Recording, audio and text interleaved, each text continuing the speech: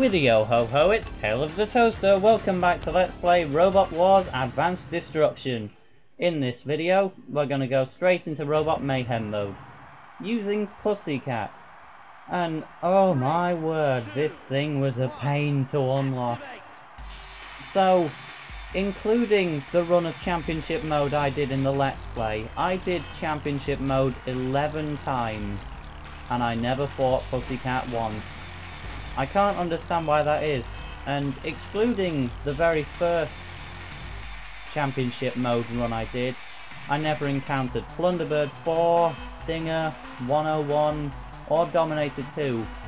Ever again. I was just getting a random choice of a select bunch for some reason. Terahertz I didn't get either, but I suppose that's something to be thankful for. But yeah, I just couldn't get a match with Pussycat. I'd unlocked all the robots in the game except for Pussycat, and I just couldn't get a match with it. So after spending all that time trying to unlock the robots, eventually I had the idea of going back to the save file I saved before starting episode 1 of this Let's Play, and then I was able to get a fight with Pussycat, and I've since gone away to unlock all the robots in the game again, except for 101, which won't appear for the same reasons as Pussycat, and the same reasons I don't understand or know. But anyways, enough about that, let's explain Robot Mayhem mode. You've got to fight all the robots in the game in order of, well, the order they're in on the robot selection screen. Yeah, fight all the robots in the game consecutively, no healing breaks. You've just got to beat them all in one, without taking too much damage. I'm smoking at the moment, but Hypno-Disc's down, and Hypno-Disc is one of the robots that does the most damage to you generally. So, good to get rid of that. We're in an original arena. You can also do Vengeance matches in this arena, which I obviously will do at some point, and Thunderbird, there you are.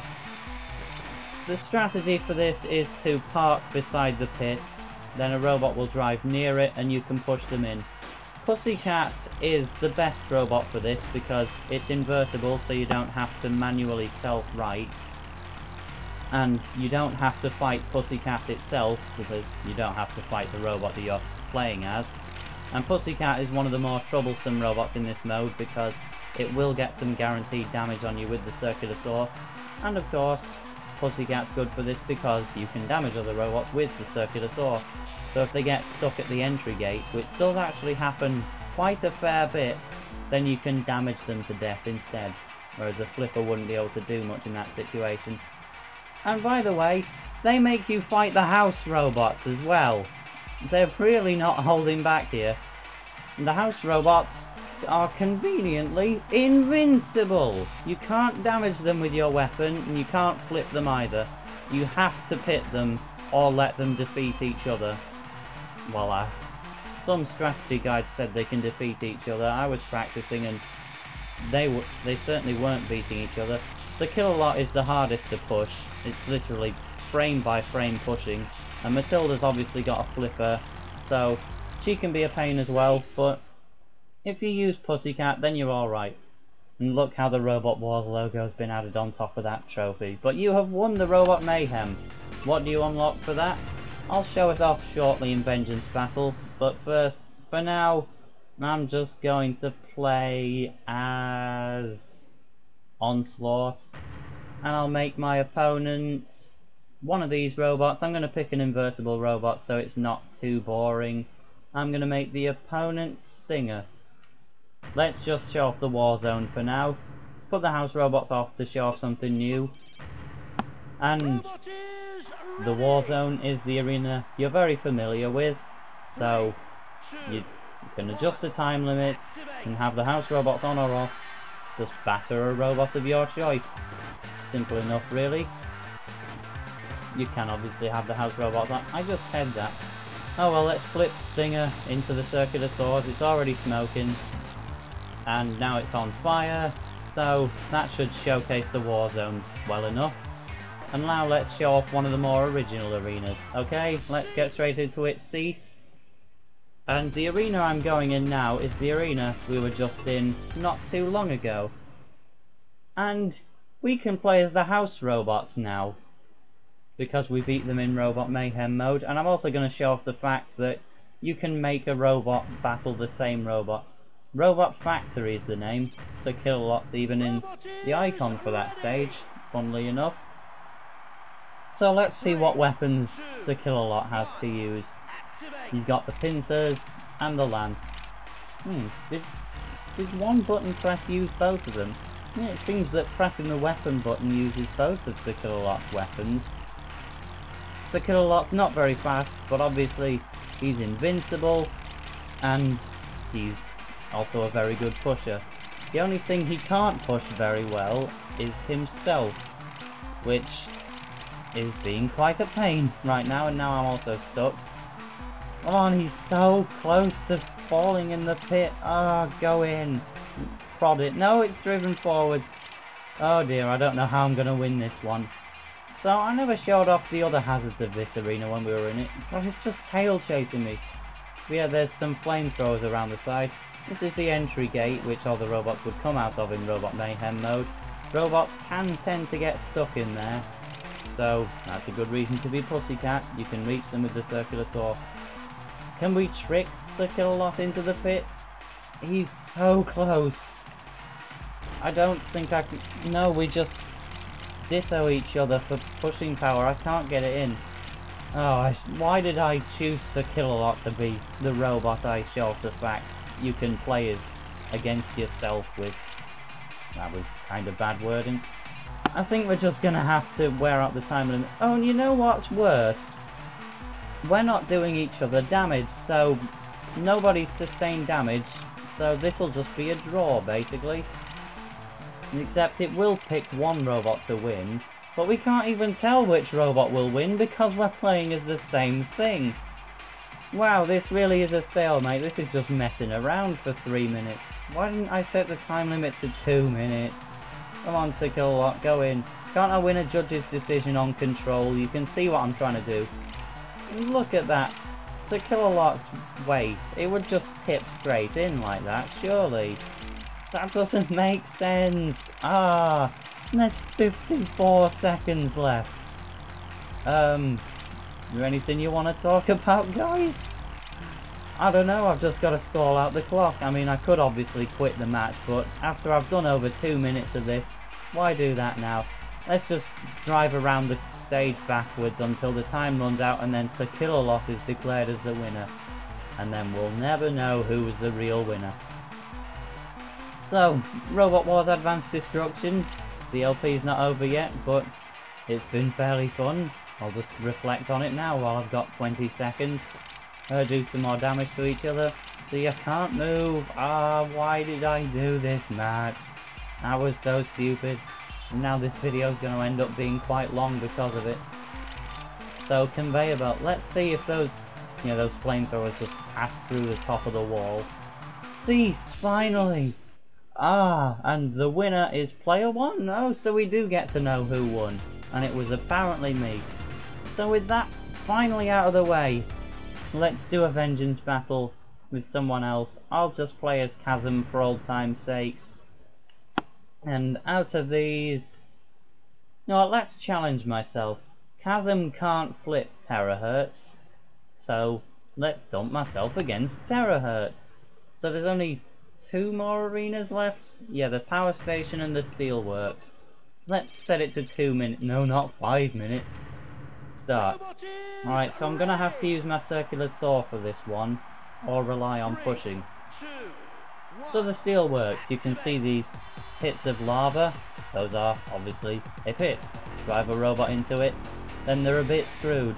And there's also this spinning cog, which will significantly damage all opponents if they get cut by it, which Terahertz is about to.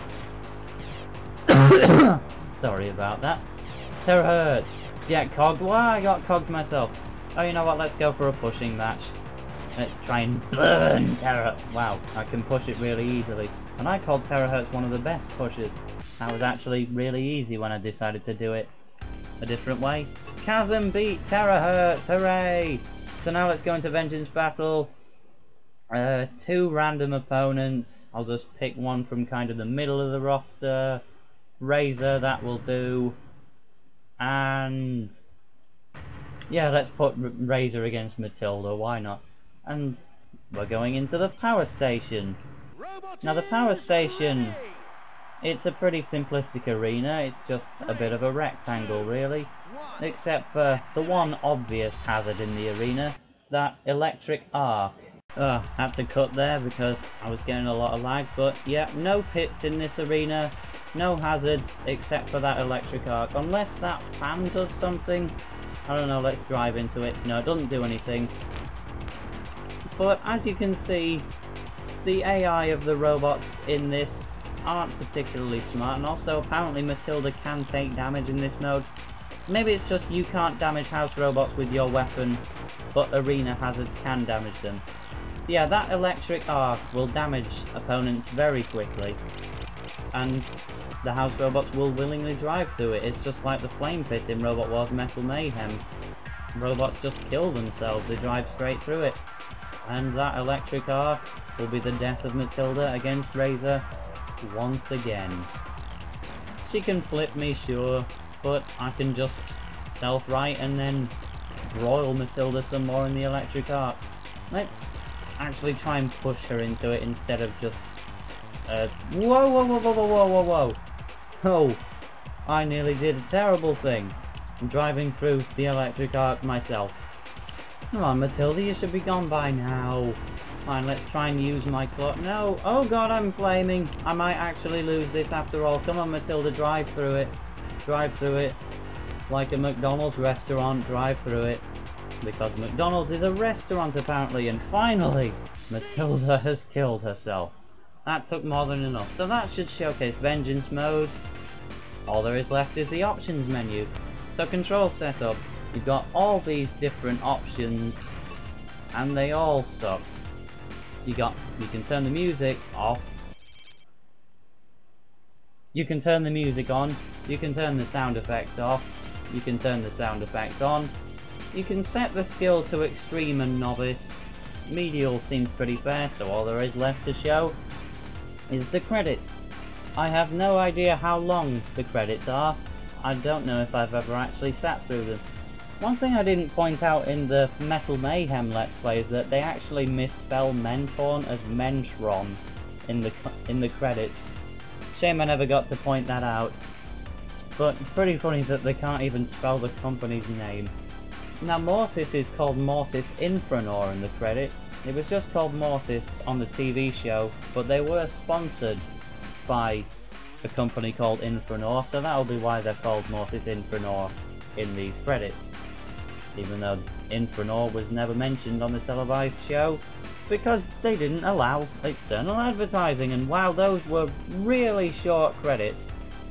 Most people... oh, it's not done yet. Most LPers use the credits to reflect on their LP, but for the fourth Let's Play in a row, once again, I have an excuse not to do so, because it's only 2 parts long. Why would I do that?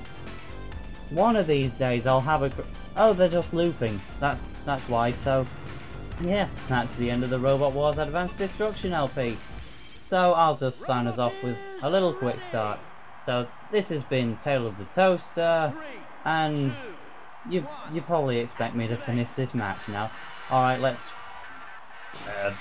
turn Hypno-Disc into a kebab. There, circular sort to death. So I hope you've enjoyed this Let's Play, and see you for the next one, which will be Super Smash Bros. Brawl's Subspace Emissary mode on very hard difficulty. I'll start that as soon as I have access to my own TV again. So, goodbye. Cease.